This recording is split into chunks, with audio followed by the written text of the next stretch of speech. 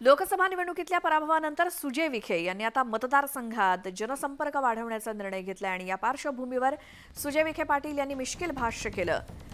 कोणाच्या घरी दहावं असेल तर लगेच सांगा, कावळ्याच्या आधी तिथे मी हजर राहीन असं सुजय विखे म्हणालेत। मला या निवडणुकीत वेगळा अनुभव आलाय। प्रत्येक माणूस अनुभवातून शिकवत असतो आणि शिकत असतो, त्यामुळे तुम्ही फक्त मला फोन करा, मी कधी तुमच्यासाठी हजर राहीन असं ते म्हणालेत।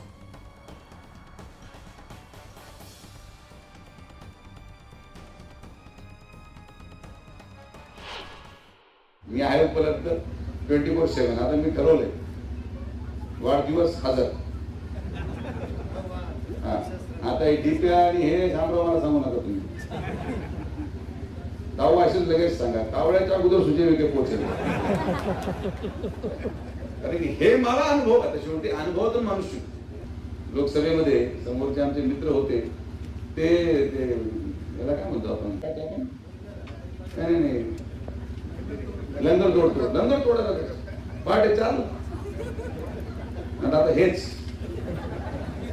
जागरण गोंधळ असला की मला फोन आला नाही तर मी कारवाई करत होतो सगळ्यांना।